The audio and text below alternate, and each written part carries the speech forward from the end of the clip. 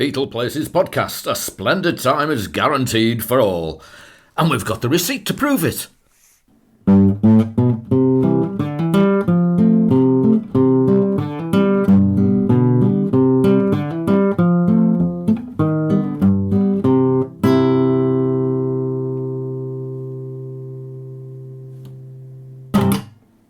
Hello there. Long time no see. Yes, the didactic duo is back with yet another Beatleplaces podcast. What does that mean? Didactic? I'll tell you later. All right, okay. Well, it's going all right so far, Col. Keep going. I'll try. Okay. I mean, this is the hard bit, doing the beginnings. I always think it's hard. I find it very hard to think of what to say. Well, just don't. Simplify it. Oh. You do all the talking, Yeah. and I'll do the punctuation, okay? Oh, fair deal. Yeah, okay. Exclamation mark. That takes the pressure off. Full stop. Do you know? Comma. I wish we'd thought of this sooner. Semicolon. So here it is. ... Yet another episode of the Beatleplaces Podcast with Mark and... Ampersand. Col. Hyphen. How was that? Question mark? ...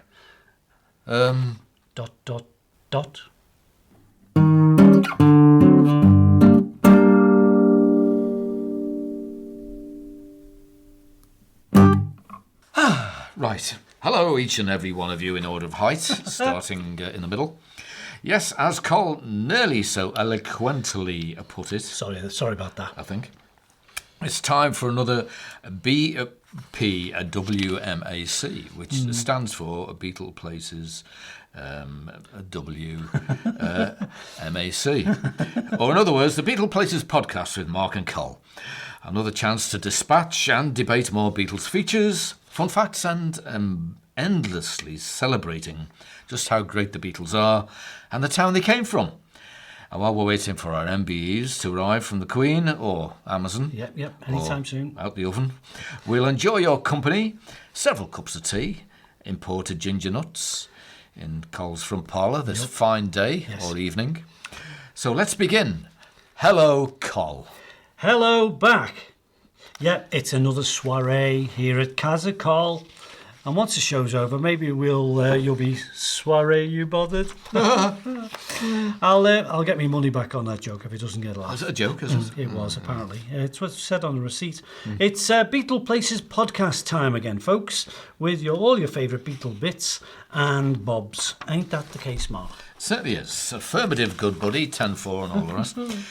In terms of things, we have the terrifically good Beatles trivia quiz. Well, I think it's terrific. It is, yes. I had spent many hours doing it.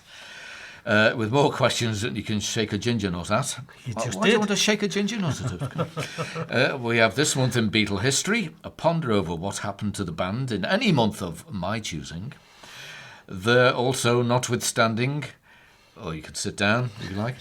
The Beatles Book review, Col's Beatleplaces Album review. That sounds like what I'm doing. All in all, jolly good stuff. It is. And as per usual, as per podcast usual, we'll also include one of those interesting features, and I'm not talking about Mark's webbed feet. Hey. It's kind of 1.5 features this time. There's the story of the real Eleanor Rigby. And it's interesting, believe me, you will. No. And also, we're going to talk about one of those first ever Beatle fans. A bunch of people called the Cement Mixers. Aye. Good story. Right. Hardened fans. So now you know. Huh. So what I also know is that Mark says the next bit. Right. By Ecky's right, folks. That's exactly what it says here on the back of this serviette. It's toilet paper. Col. It's uncanny. So, on with the show. It's the Beatleplaces Podcast with Mark and Col. We haven't planned the show, so nothing can go wrong.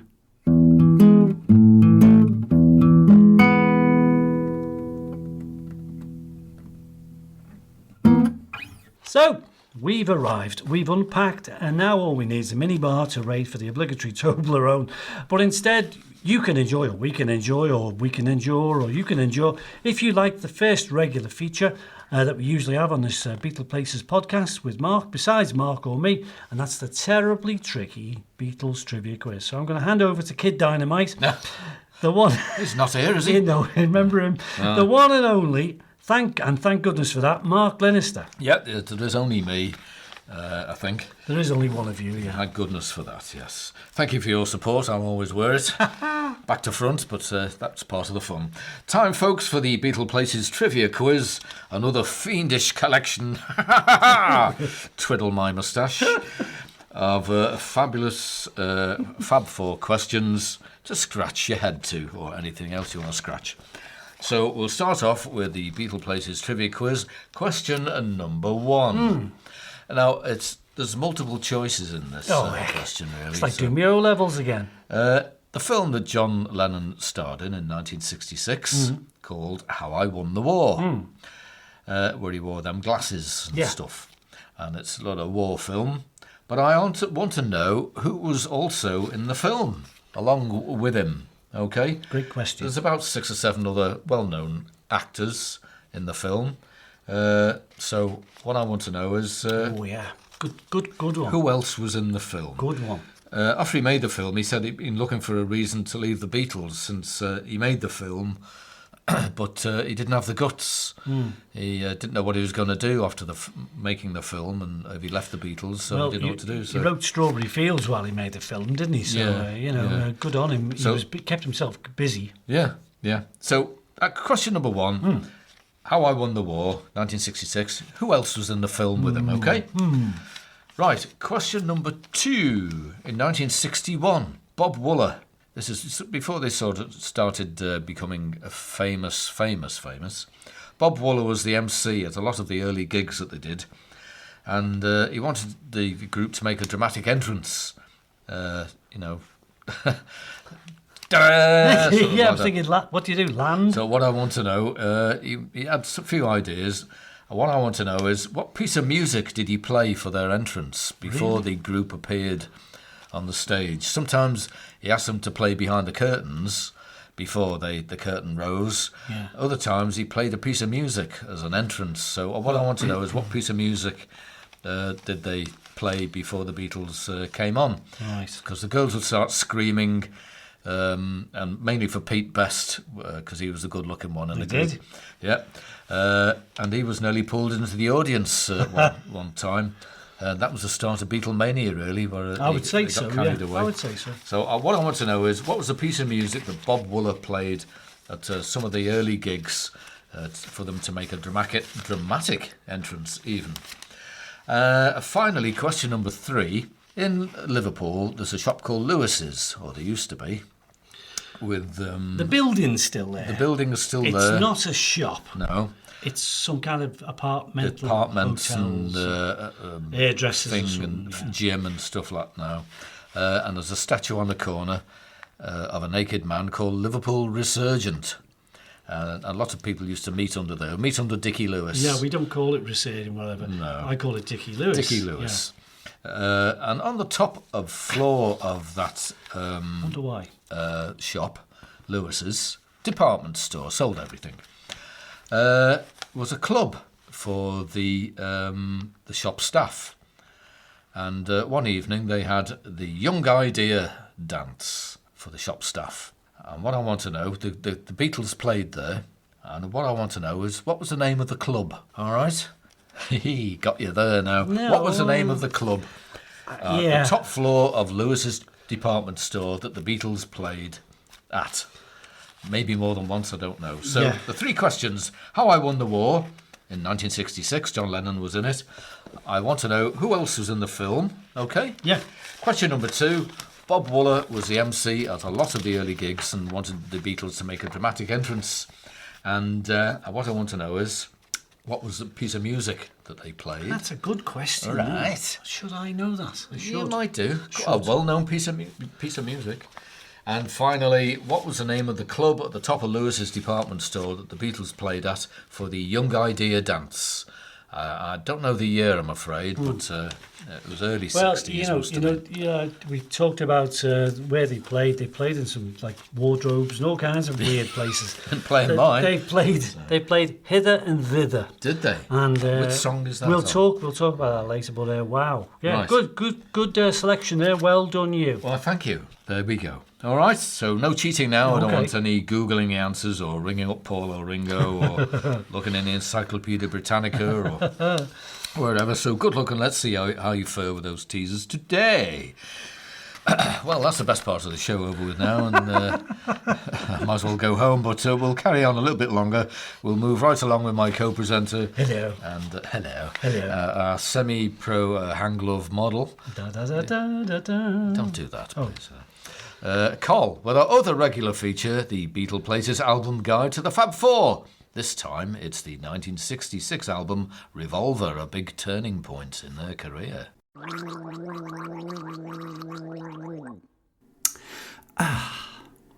Good evening. Here's a joke. How many nitwits does it take to make a podcast? Well, listen to the Beatleplaces Podcast with Mark and Col to find out. Right, back to this.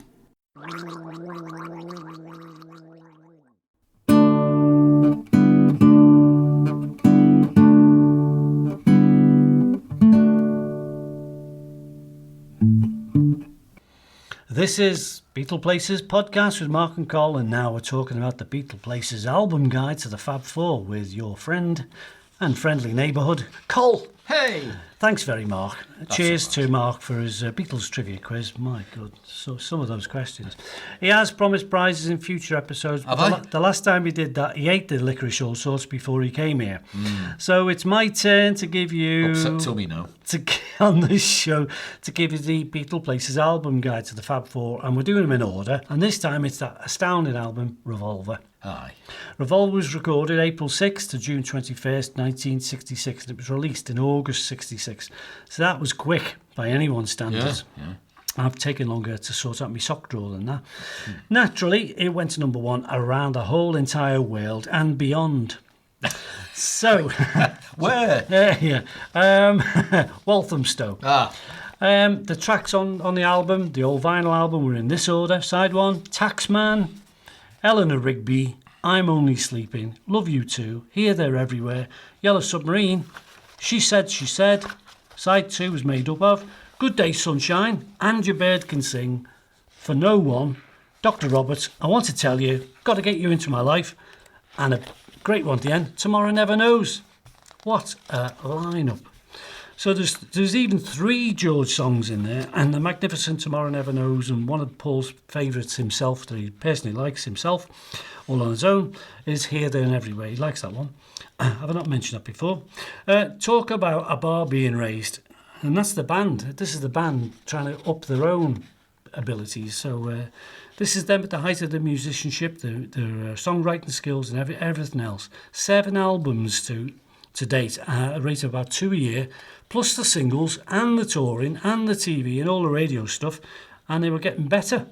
They were just getting better. The experimentation was apparent in the last track, Tomorrow Never Knows, and George got pride of place with track 1 being Taxman, which, though being a George composition, Paul played the enigmatic lead on. I don't know if anyone knows that. And when Paul's songs appeared, they were top-notch too. Critics raved about his minimalist perfection, like a Beckett play, because he was telling stories now, and Eleanor Rigby was one of those. 4 No 1, and so on. After this, the band, just from everyone else's perspective, was just untouchable. No one could reach him. So we always mention the album cover, and this one was different and memorable. It was a clever one. It had a montage of drawings and pictures, and it was done by, not Robert Freeman at this time, but it was done by their old Hamburg mate and later bassist, Klaus Voormann. And at the time he did it, he was in the band Manfred Mann, and he designed the sleeve on their behalf when they asked him very kindly. To me, Revolver is just very, very good. I love it. Yeah. Even Ringo sang quite well on it. And better yet, it was a sign of more things to come 1 year from then on. So, and that's Revolver, The Beatles, 1966. This is Sandy Gall at News at 10. Get off. If anyone remembers him. Yeah, well, I do. Not Reginald Bosanquet then. No. Oh, never mind. That's the Beatleplaces album guide. More next time. Beatleplaces Podcast with Mark and Col. Please note there will shortly be an intermission where you can buy a wide selection of toffees and choc ices from the foyer outside.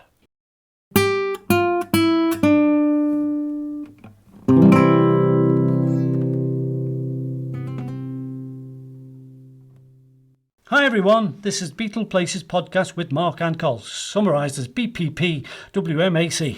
Very complicated. Oh, I'm not doing that again. No. And the time is exactly, which is close enough to catch up with Mark. Now he's finished cleaning out his rabbit hutch for us to present another feature. And it's another favourite of ours and yours this month in Beatles history. All yours, sonny boy. Well, thank you. You're very, very kind. I know I am. Yes, you are. Right. So this month in Beatles history, I'm picking December for the moment. Okay. So I'm picking December 1963 to begin with. And it's December the 2nd. Elstree Studio Centre in Boreham Wood. And they turned up to record an appearance on Associated Rediffusion's Morecambe and Wise show. Excellent show, that. And the group sang This Boy, All My Loving, and I Want to Hold Your Hand live before a small studio audience, and did some comedy sketches with Eric and Ernie. And that's where there's Paul, Ringo on the drums at the back. Bongo, yeah. Eric walks on and says, "Hello, Beatles." That's it. And Eric says, "Where is he?" And he turns out, he's over there. So, "Hello, Bongo." I love that. Yeah. I love that. So, yeah. Memorable, wasn't it? Great one, that. Yeah, they did some comedy sketches with Eric and Ernie. The Beatles, all dressed in striped blazers, closed the show with Moonlight Bay. On Moonlight Bay. And later on, they did the Ballroom, Grosvenor House Hotel, Park Lane, for a charity do. And the audience all wore evening dresses. So glamorous. Very posh. Yeah. So that all happened on December the 2nd. So they did a show and did an evening thing as well. Stay with the Beatles. Stay with the Beatles. They've got to go from here to there, all over the place. So now we go from 1963 to 1964 to the December the 4th, 1964. The album Beatles for Sale was released. One of the early ones. All oldies, really.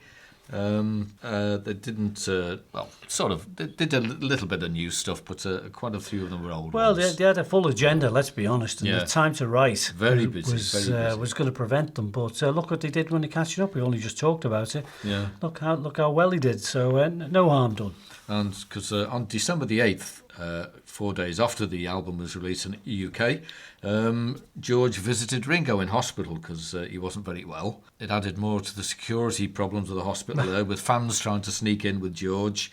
And also, the Daily Express newspaper reported that Paul told them he would marry Jane Asher. Oh, as early as that? He didn't, because we know that. Well, it turns out that. Yes, it turns out. Aye. Also, we head now to 1967, December the 8th again. Very popular date. It comes round once a year, I'm told. Does, yeah. But lots of things happen on that day. And the EP Magical Mystery Tour was released in the UK. Great. Magical Mystery Tour, Your Mother Should Know on one side, and I'm the Walrus, and then The Fool on the Hill and Flying, and side D, Blue Jay Way. So it was like a double. Yeah. EP I can't tell you how many times I bought that EP, but I bought it a few times. I wore them out. I bought the album. Oh, the, right. The American version. Yeah, of it, mine was so smaller. there you go. That was it, really. I can't think of anything else more interesting that happened in December. But there you go. That's what happened in 1967. And now, the weather. There will be lots of weather today, with a chance of more tonight. So wrap up and stay indoors, preferably listening to the Beatleplaces Podcast with Mark Col.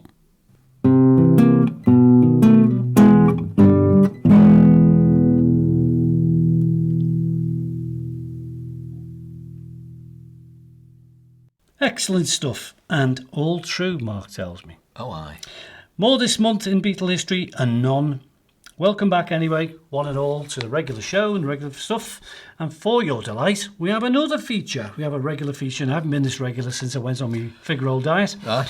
So it's time once more for the Beatles Book review. And I think I'm flying solo today, no harm done. Aye. So this is when I'm running out of books. Rather me, we'll tell you about a Beatles book we've read. And or coloured in or got our money back for. This time, I'm not so nice. I don't want to scare anybody. What but have you got there? I've got a book that isn't very good, but I've got to mention it to you. And here it is. What's it called, Col? It's called Daddy Come Home. Oh, dear. The true story of John Lennon and his father. And it's written by Pauline Lennon, who was 20 when she married 55-year-old Freddie Lennon, John's dad. And it's based upon some never-before-published autobiography that Freddie was involved with. And it just includes commentaries and information that John probably never knew.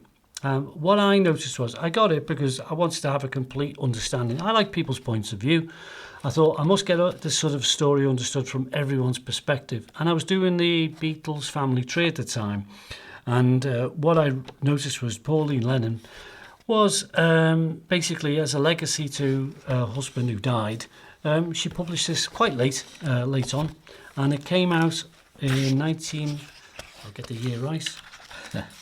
It's at the front, Col. It should be at the front, not at the very front. No. 1990. Ooh. Quite late, because Freddie died in 76, I think.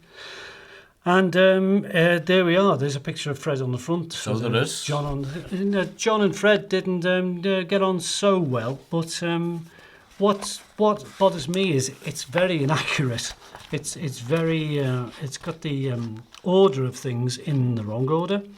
And it gets a lot of information back to front. So they start with the Lennons being from Dublin, and they were Roman Catholics, and that there was a brother of Freddie's father was Jack, also known as John Lennon, but his nickname was Jack. And Jack Lennon supposedly was in a minstrel band, and supposedly went to America, and supposedly had a child in America, and supposedly came back. The first fact about on page 11, in fact, it starts off with the Lennons came from Dublin. Well, they didn't. They came from County Monaghan, which is Northern Ireland, not Southern Ireland, Dublin. They got that slightly wrong. And they also said that the family were born there, which isn't true.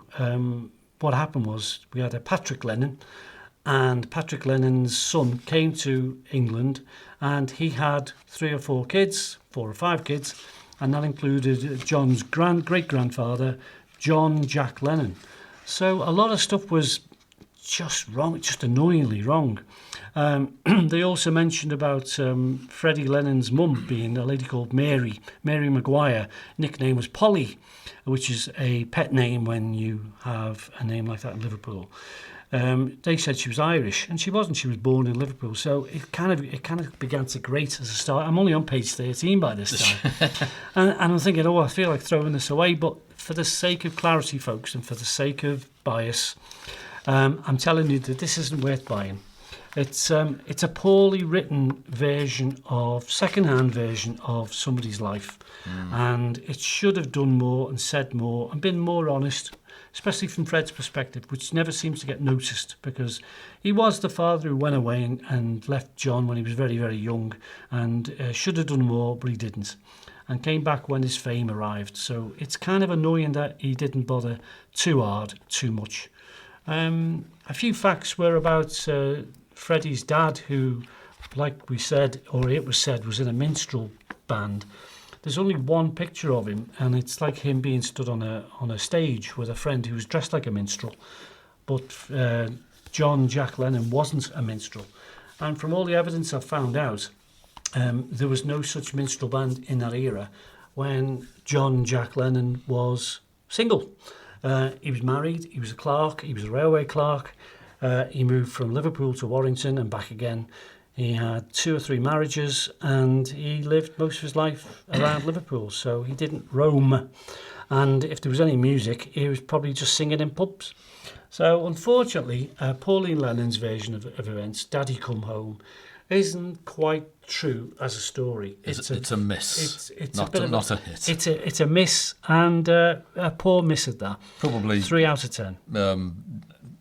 It's written by people who just passed rumours down from one generation to another. So, yeah. Of course, family stuff. Yeah, if I tell you a version of events, it's a version of events. Yeah, so. Not a lot of research gone into it. Really, yeah, and maybe it was ghostwritten too. So maybe. The pity is it could have been better. So Poor review. Shall suffice it, Mark? Go on. No. No, not now. So there we are. Our one and only book review. Not a good one, but it's just to prove that some Beatle books aren't great. The Beatleplaces Podcast with Mark and Col. Is there no beginning to their talent?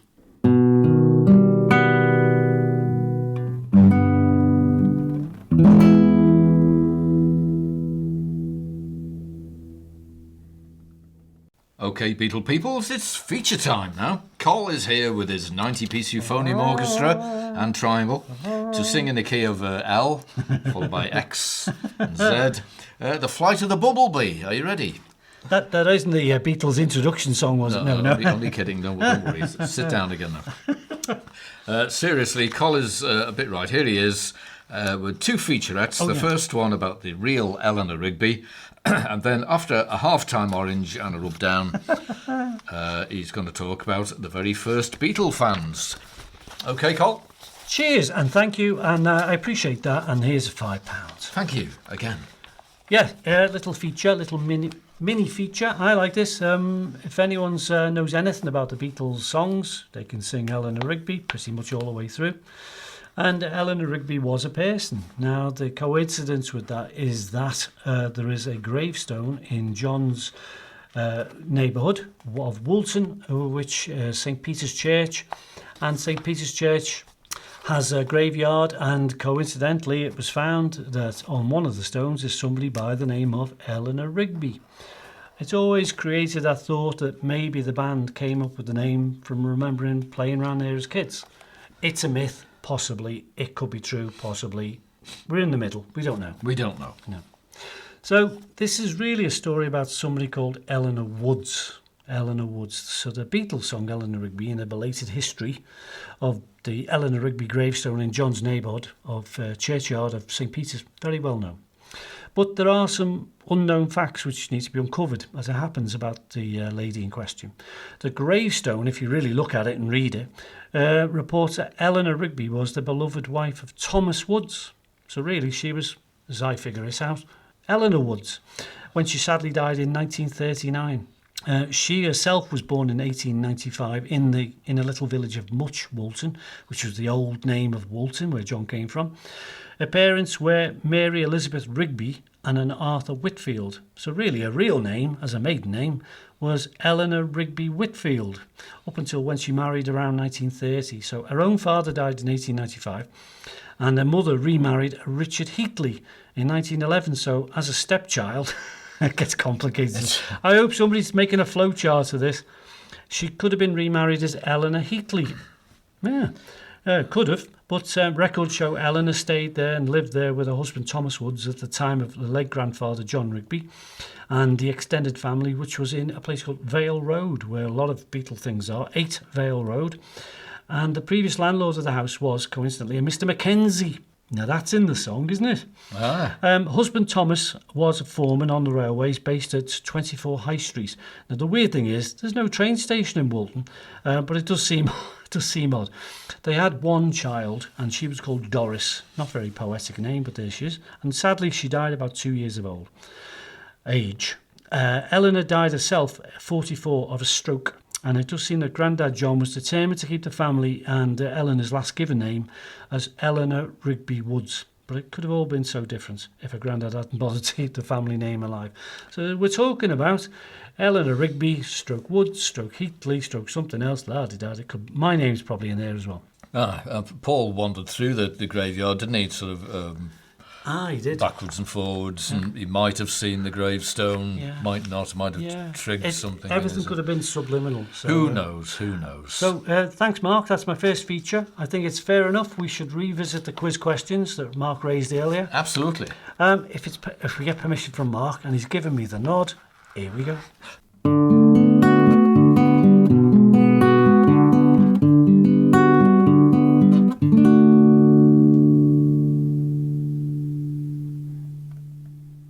Right. Well, here we go again with a quick run through the questions again in the trivia quiz. Oh, yes, please. Are you ready? Yes. Question number 1 is How I Won the War, the film that John Lennon starred in 1966. I would like to know who also was in the film. Pardon me, apart from John Lennon. There were about half a dozen other well-known actors. I'll give you £5 for each one you get right, okay? So that's question number 1. Who else was in the film with John Lennon, How I Won the War? Question number 2, going back very early, 1961, Bob Wooler was the MC at a lot of the early gigs and wanted the Beatles to make a dramatic entrance. So sometimes they played behind the curtains before the curtain went up. Other times he played a piece of music before they came on. I'd like to know, what piece of music did he play before the group started? All right? It's a well-known piece of music before all the screaming started, or just as it started, really. So I want to know, what piece of music was it that Bob Wooler played before the Beatles actually came on stage, some of their early stuff. And finally, the Beatles played at least once, maybe, I don't know, on the top floor of Lewis's in Liverpool, which is a now defunct department store. Yeah. And on the top floor, they had a club for the shop staff. And I'd like to know, the Beatles played the Young Idea dance for the shop staff. And what I want to know is, what was the name of the club? How it got this name, I do not know. But somebody will tell me, possibly. Yeah, I'll try. All right. I'd like to know, what was the name of the club that the Beatles played Oh, at? splendid. Okay. Right. Okay. There we go. Tricky to say the least. You were right. They I'm are digging really down now. It's harder to find questions. So there you go. All right. If you love the Beatles as much as we do, then that's twice as much as we half expected. Is that right? It's the Beatleplaces Podcast with Mark and Col.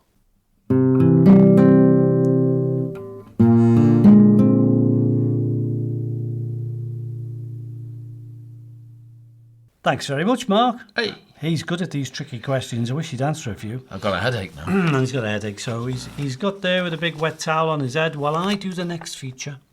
And the next little mini feature is all about the Beatles fans in the early days. And I've covered the ground with a couple of fans who were called the Cement Mixers. Strange names, I'll reveal all. The Beatles had a really fantastic rapport with their fans at the Cavern and locally. Their intimacy at all the gigs was, and most Beatles shows on Merseyside, is one of the defining factors that made them so popular and loved amongst all their faithful and protective and loyal fans. And the band just simply carried this habit over when they became world famous, you could tell. So the band knew lots of local fans in Liverpool and beyond by name. Some of the fans formed fan groups and even rang the band at home at the home numbers and requested songs for the next gig to come. So even when the Beatles went to Hamburg for months at a time, they were kept in touch with their fans of things going on back home. Some of the fan groups at the Cavern adopted crazy names such as the Bulldog Gang or the Wooden Tops, which was a local TV puppet show, and one memorable group were called the Cement Mixers. So luckily I've researched that one and I found all the people involved, and they were made up of 2 sisters and 2 friends, and the Cement Mixers would rally round and go to as many Cavern shows as possible. Now I had a few mates who I know, and they went to see the Beatles 60, 61, 62 all over the place. And they could say they weren't so much a fan, but they had to go and see them. It was sort of an addiction to go and see them. And they knew all these fan groups that went with them. So when they were dedicated, you'll see how dedicated they were. So the Cement Mixers kept any kind of Beatle memorabilia you could even get hold of. Cigarette butts, cloth threads. And while the band played in Germany, Sue and Jenny, who were the 2 sisters, and I'm talking about name-wise, Susan Horton and Pauline Waring, Erica Bale and Jenny Bale. So Sue and Jenny would volunteer to even wash George's car, which was a Ford Anglia at the time. Yeah. And they wrote to George and told him this. So George, in fact, suggested when he wrote back in the letter that he humorously gave them instructions how to wash it, how to carefully wash it, concluding with taking all the dirty water from his dirty car and taking it over to Paul's car and pouring it on that. Sue got to know George's parents pretty well, cleaning his bedroom even and helping with his fan mail once. And once Louise Harrison took her to a Beatles gig in Manchester. Erica Bale was in the front row of the cavern 22nd of August 1962 when Granada filmed them, playing that night, that famous night, with Ringo appearing. And she even remembers Pete Best popped in to briefly that night pop in and see what was going on, which isn't really often known. Erica Bale herself married and moved out to Texas in the USA. And in later life, she met up with Paul again at a gig in Austin, which is a music centre all on its own, around October 2014. And he remembered her from the cement mixer days, which is probably a very nice thought. But that's it. The words stop here. So I'm going into ad-lib mode now. Ad-lib mid. Or ad-lib mid. Yep. And I think it's high time we revisited that man of mystery and mirth, Mark Lannister, to serve up a summons on him. And we want those answers. We want those trivia answers. Yes, now's the time. Deliver. Right. Okay. Right. Giving unemployed, good-looking, tall, handsome, well-groomed voiceover artists a bit of part-time work. It's the Beatleplaces Podcast with Mark and Col. Is that all right? Yes, it's fine. Thanks. Thank you. Yeah. Next.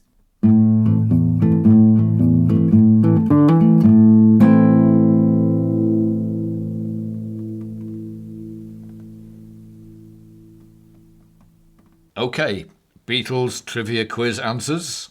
Here they come. Are you ready for this? I'm ready. I'll have a you got go. those fivers ready for me? I'm giving them to you. I hope aren't you've got a Yes, couple of fivers ready for me. I'm going to get a few of these I right. haven't got a sausage, I'm afraid. That'll do. Oh, no. right. All right. Right, the film, How I Won the War, with John Lennon in it. Yep. 1966. Yep. I would like to know who else was in the film. It was produced, or directed, by Richard Lester, okay, who did Hard Day's Night. But How I Won the War, who else was in the film? Can you tell me?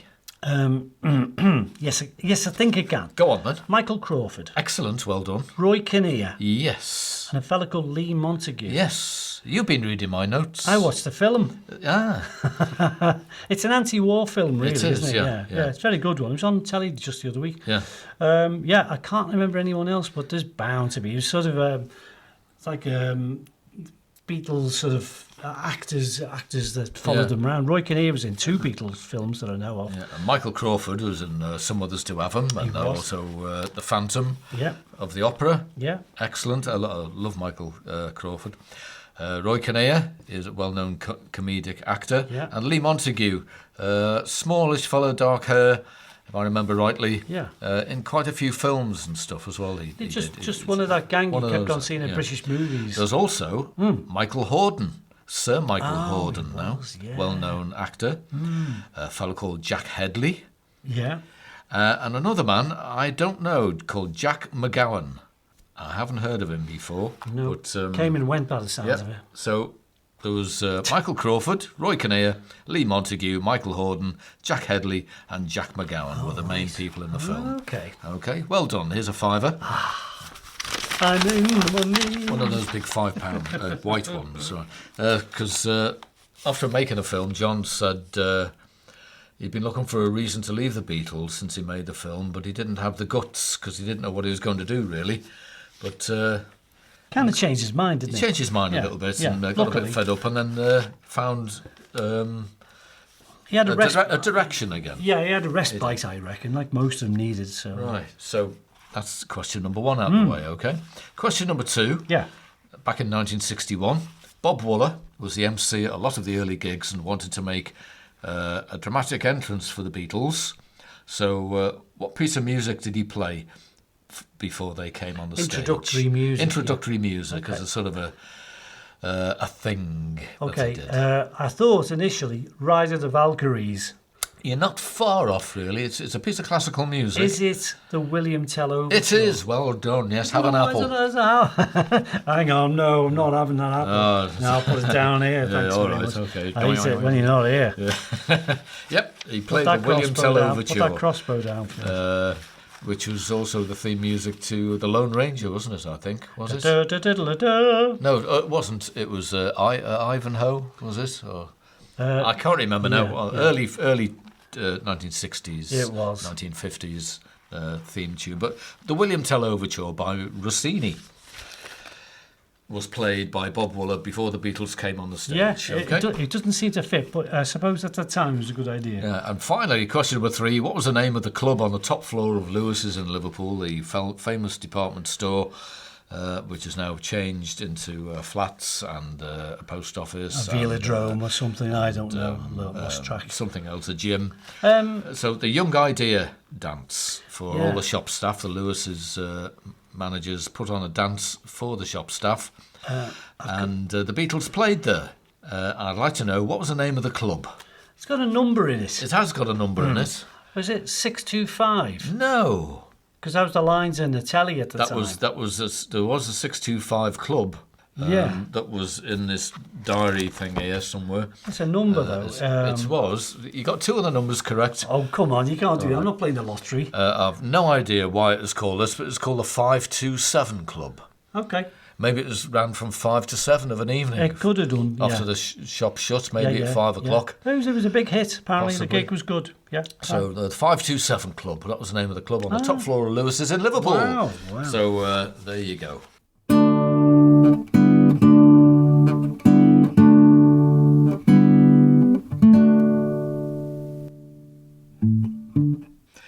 Well, thanks, Mark. I got a chance to do some ironing while all that was happening. So, shiver me maggots, raise me rent, it's quitting time. Hey, doesn't time fly when you're on the verge of having fun? Yes, Col isn't wrong, so it's time to cease and desist and end and close this Beatleplaces podcast until the next time.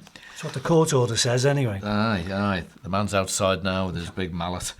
Never fear, dear listener. Col and Mark shall return very soon with yet another Beatleplaces podcast with regular features, not so regular features, regular me and regular Col, and features we haven't thought of yet, and more and less even. Yes. Aye. So wishing you all, one and all, and well, and we'll catch you all next time on Beatleplaces Podcast with Mark and Col, unless we catch something ourselves. Aye, thanks for listening, and like a bus. Yeah. Or chicken pox. So that's us done. Ta-ra. Let's clean up. Yep. Right, you get them up, I'll get the disinfectant. Right, so get me trousers on and I'll clear off home. No, you missed a spot over there. Just do that bit over there. Sorry, madam. Yeah. Just in the corner there. That bit there. Is that okay? And there's Right. cobwebs over there. Oh, not again. Yeah, Your house is a mess. What's all these breadcrumbs doing around the floor? Not anything to do with me. Yeah, big rolls everywhere.